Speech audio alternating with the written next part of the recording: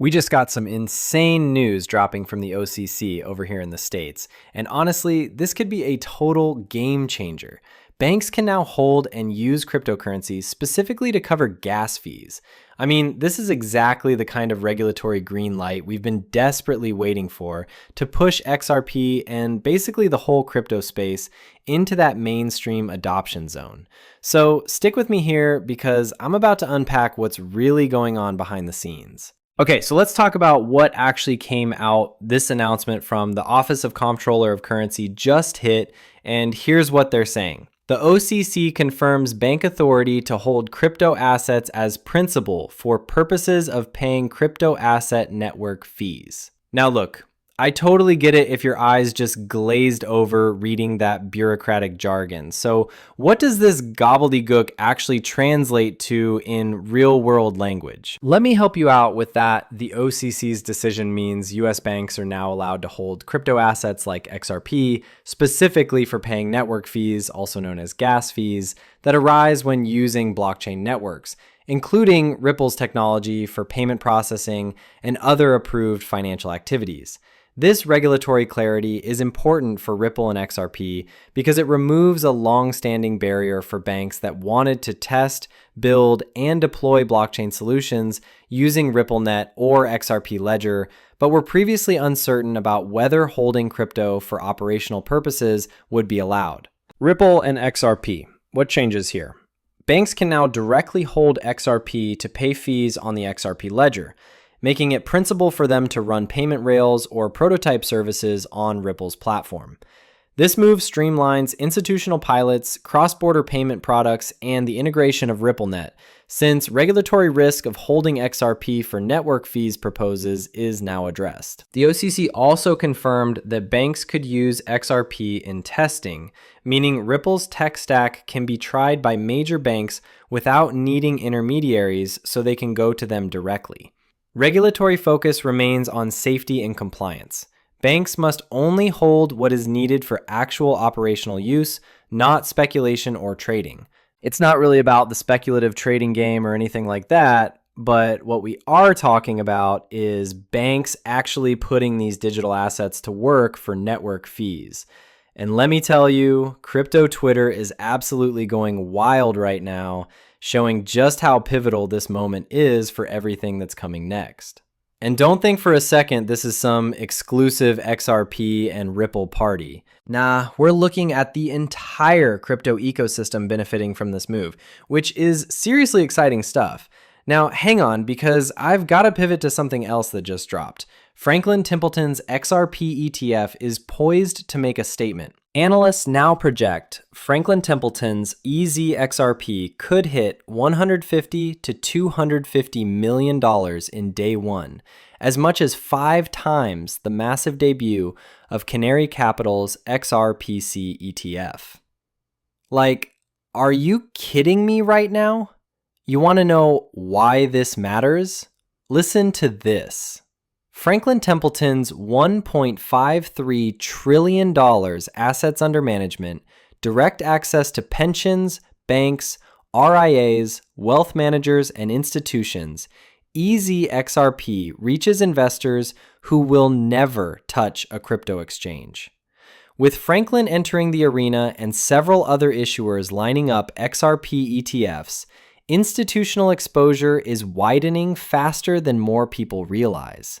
The next few weeks will show whether this demand starts to surface or if the real flow is still ahead of us. XRP holders, you're not chasing hype. You're watching the market mature in real time. Gotta give a huge thanks to Jungle Inc. for putting together that incredible breakdown.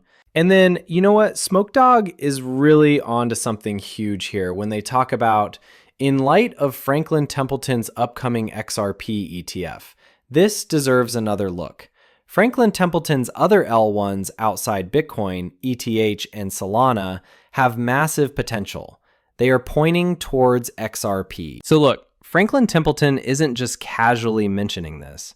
They're basically saying this could completely transform the entire space.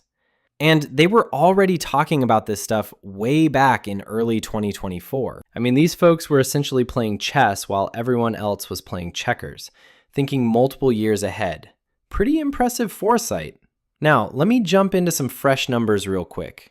I want to make sure you're totally in the loop with what's brewing over at Canary. All right, so the total we're seeing here is 124,418,674.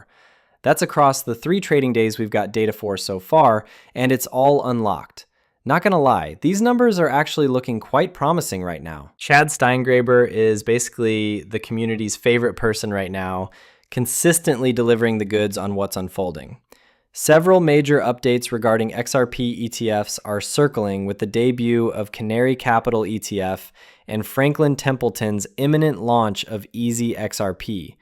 Of course, we saw this 124,418,000 XRP just after a few days, representing a sizable allocation for a small ETF. Okay, so let's put this in perspective.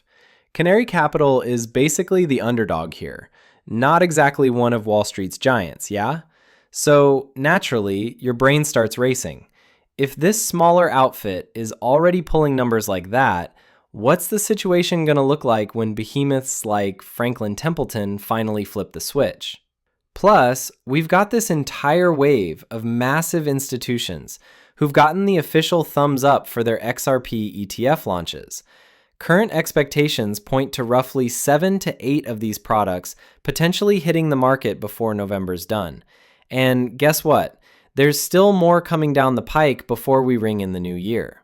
Now, throw regulatory clarity into this mix. Assuming our lovely Senate can actually find common ground and finish what they started. Rumor has it they're like 90% across the finish line. What happens when both these catalysts converge at once? XRP could experience the kind of price explosion that makes your head spin. That's genuinely the moment everyone's sitting here anticipating. Side note, just filmed this absolute banger of a video examining the current state of the derivatives market scene. Anyway, sure, we've mentioned fragments of this information already, but market analysts are forecasting something in the ballpark of 150 to 250 million flooding right out of the gates. So let me paint you a picture here. What if this wasn't just a one-time thing, but literally happening day after day after day? The implications for XRP? Institutional exposure to XRP is expanding rapidly, bringing in capital from traditional financial channels to helping legitimize XRP as an investable asset. ETFs absorb large quantities of XRP, removing supply from retail exchanges as ETF allocations grow, especially with large issuers. Now look, I've got to be real with you. This cuts both ways. Sure, on one hand, it's fantastic because you're getting this massive wave of demand that's going to send prices through the roof for XRP. But hold on, there's a catch. All this XRP, it's getting scooped up by the big players, the institutions, while us regular folks are getting squeezed out. Here's where it gets really interesting though. Most of the planet is still stuck in this regulatory limbo, waiting for the rules to get sorted out. And you've got billions, billions of people who are completely asleep at the wheel when it comes to understanding why crypto matters. So think about this for a second. When all those people finally wake up and try to jump in, there simply won't be enough XRP, Ethereum, or Solana sitting around for everyone who wants a piece. I mean, seriously, try to imagine the price tags on these things 3 to 5 years down the road when that tidal wave of demand actually crashes in. The Uphold CEO wasn't playing around when he said we're looking at $80 trillion changing hands as the next generation inherits this wealth. You know where that wealth is headed, right? Straight into the digital world. Because the younger crowd isn't messing around with grandpa's stock portfolio, they're all about crypto. And when you really stop and picture the sheer size of this money monster that's about to come charging into the XRP space, I mean, come on, that's the stuff that's got everyone's hearts racing right now. All right, momentum's building, let's keep this train moving.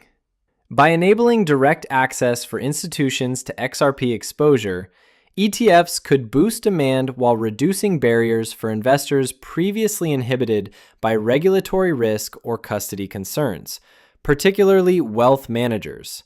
Why it benefits XRP? Increased ETF adoption. More XRP is locked into ETF structures. And then the move by Franklin Templeton and others to get into XRP opens pathways to major funds like BlackRock to follow. Now, here's something you need to understand about BlackRock. They're not making moves until their client base starts screaming for it. So listen, if you're banking with BlackRock, no need to announce it to the world down below, but you better believe you should be grabbing that phone or typing up an email saying, "Yo, when's the XRP spot product dropping?" Same goes for wherever else you've parked your investments, by the way. You want to actually contribute to what's happening here? Then understand this. You're not powerless in this situation. Stand up and speak out. I'm telling you, it would seriously make my day if you took that step. So check out what Vincent Van Code just laid down. XRP, ETP, aka ETF in Europe is launched. All of these will make large amounts of circulating supply of XRP into cold wallets, not to mention allowing large regulated institutions to gain exposure to XRP without having to operate cold wallets. And Wisdom Tree's jumping in over there in Europe. These spot XRP products are basically sprouting up everywhere across the map like wildflowers. Watching this whole thing play out live, it's pretty insane. Okay, now Reese Merrick, for those who don't know, this guy's the heavyweight senior executive officer and managing director running operations through the Middle East and Africa for Ripple. He puts this message out there where he's like, for years, fintechs have been racing to build global rails to avoid correspondent banking networks. The result? Hundreds of banking partners, thousands of accounts, and billions of dollars in capital sitting idle. Every new corridor means another account to fund. Every new currency means more liquidity locked up for days. This isn't scalability, it's expensive plumbing disguised as progress. Stablecoins changed the game. One global liquidity pool, instant settlement, minimal fees, capital efficiency that actually scales with volume. We've been saying it for years. The future of cross-border payments isn't more bank accounts. It's utilizing digital assets to move like the internet does today. Man, that just landed hard, right? Absolutely loving that vibe. And wait, hold up. Dave Portnoy's making his comeback, people. So this dude jumped in originally, then panic sold before things really took off, and basically had an existential breakdown over it. Fast forward to now, he's throwing serious cash back into the ring. We're talking millions flowing into crypto, with a clean $1 million carved out just for XRP. Let's listen to what he's saying. Now, am I eligible for this? Because here comes the announcement. Last night, Monday, November 17th, if you want to look at what I did, here it is. I hope I'm not giving away nothing. I probably am, so I probably shouldn't show. 638 bought $500,000 of XRP. 637 bought 400,000 of ETH. 637 bought 750,000 of BTC. 636 bought 500 more or a reverse of XRP. So in total, last night, $1 million of XRP, 400 ETH, 750 of BTC. Blood in the streets. Dave's like a piranha. Dave's like a great white. He's just shark on fins. Oh, you know what? Let's do it. And we I know we can't clip it. We can't play music. So it's too bad. This will see. I want to play fins, but I can't play fins if they clip this because then the music companies. Anyways, fins to the left, fins to the right. BTC everywhere. So we had a crypto, a little dip in the market. I've been hold, Braveheart, hold. Last night I went. So I bought $2 million worth of crypto, $1 million of XRP, 750 of Bitcoin to add to my collection, and 400 of ETH. So I don't know. That's 2 million. Did I just get 2 million entries into this contest? I hope so. So picture this dude's out here playing tough guy, cruising around like he owns the crypto game. But wait for it. His nerves get the better of him again. Next thing you know, he's seeking advice from some random person who has absolutely no clue what they're talking about. They get in his head, pressure him into hitting that sell button on XRP at possibly the dumbest moment ever. And just like that, Millions and millions of dollars vanish into thin air. Can you believe that? Now here's something that's got me hyped up. There are these technical analysis gurus popping up everywhere saying XRP will break out of this resistance soon, leaving Ethereum behind. Just stop and visualize this with me. Imagine opening your eyes one morning, stretching, checking the charts, and seeing XRP flexing on Ethereum from above. That would be absolutely legendary, wouldn't it? And hey, you can probably guess where this train is headed next, am I right? Bitcoin, consider this your official notice. We're gunning for that crown, baby. Here's my prediction. The second XRP unlocks its true potential and utility kicks into full gear, Bitcoin's going to be scrambling around somewhere at the bottom of the ladder, miles and miles beneath us. You catching my drift? We're talking stratospheric levels here, my friends. Okay, so Mr. Finance Bull dropped this message and said, everyone talks about Garlinghouse, Schwartz, and Michaela, but few know the silent architect behind the XRP ledger, Arthur Brito, co-founder of Ripple, co-creator of the XRP ledger, architect of the XRP consensus protocol. It's still running today. Then he stepped out of the spotlight, never to, but never stopped building. Brito doesn't chase hype.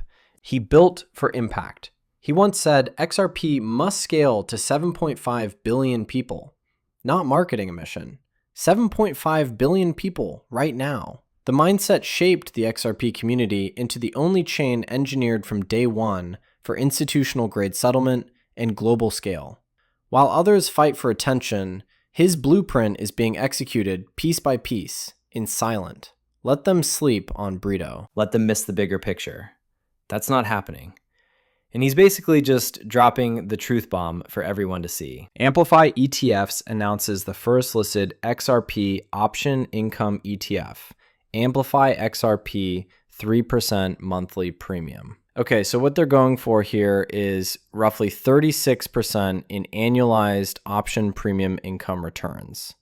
Now, before you get too excited and start throwing money at this, I'm going to be straight with you. Have that conversation with a financial advisor first. Seriously, don't skip that step. Here's what's happening right now. We're about to see an absolute flood of these products hit the market. And I need you to understand something crucial. Just because they all look shiny doesn't mean they're all gold. Every single one of these is different, and some are way better than others. So please, do yourself a massive favor and get all the facts before you make any decisions that could mess with your XRP stash. Your future self will thank you. Oh, and just so you know, the Amplify XRP Income ETF is officially in the works. Boom, there it is, right in front of us.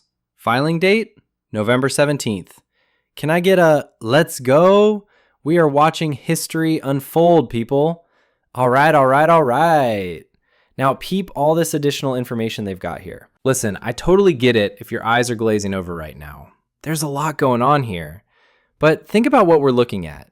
You've got brokerages in the mix, exchanges doing their thing, software wallets, hardware wallets for the security conscious folks, investment vehicles, merchant solutions, platforms that actually play by the rules, capital markets action, crypto ATMs popping up everywhere, money service providers, actual banking institutions getting involved.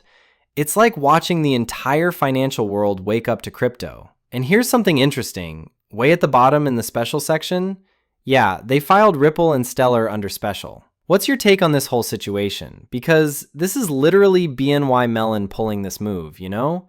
Drop your theories in the comments. So funny story, I've actually stumbled across this exact filing before, right? But here's where it gets wild. Somehow I completely glossed over that special label when I first went through it. Fast forward to today, I'm scrolling through and then boom, there it is. I swear I nearly launched my laptop across the room. Special? Like they've got Bitcoin sitting there all casual. Ethereum's just chilling in the regular section like everybody else. And then you scroll down and what do you see? Ripple and Stellar tucked away in their own little VIP corner called special. What is happening here? Is this BNY Mellon's idea of throwing shade? Are they actually trolling the entire space right now? Your guess is honestly as good as mine at this point, but man, it definitely makes you wonder what they're thinking behind closed doors, doesn't it? All right, everyone, I'm going to call it here for today. Seriously though, thank you from the bottom of my heart for spending this time with me. You guys are absolutely amazing, and I genuinely appreciate every single one of you. I'm hoping your day has been nothing short of incredible and that blessings are flowing your way. We've got the holiday season knocking on our door. I'm sending you all the warmest wishes in advance. Now go crush the rest of your day and make it count. Until next time, take care.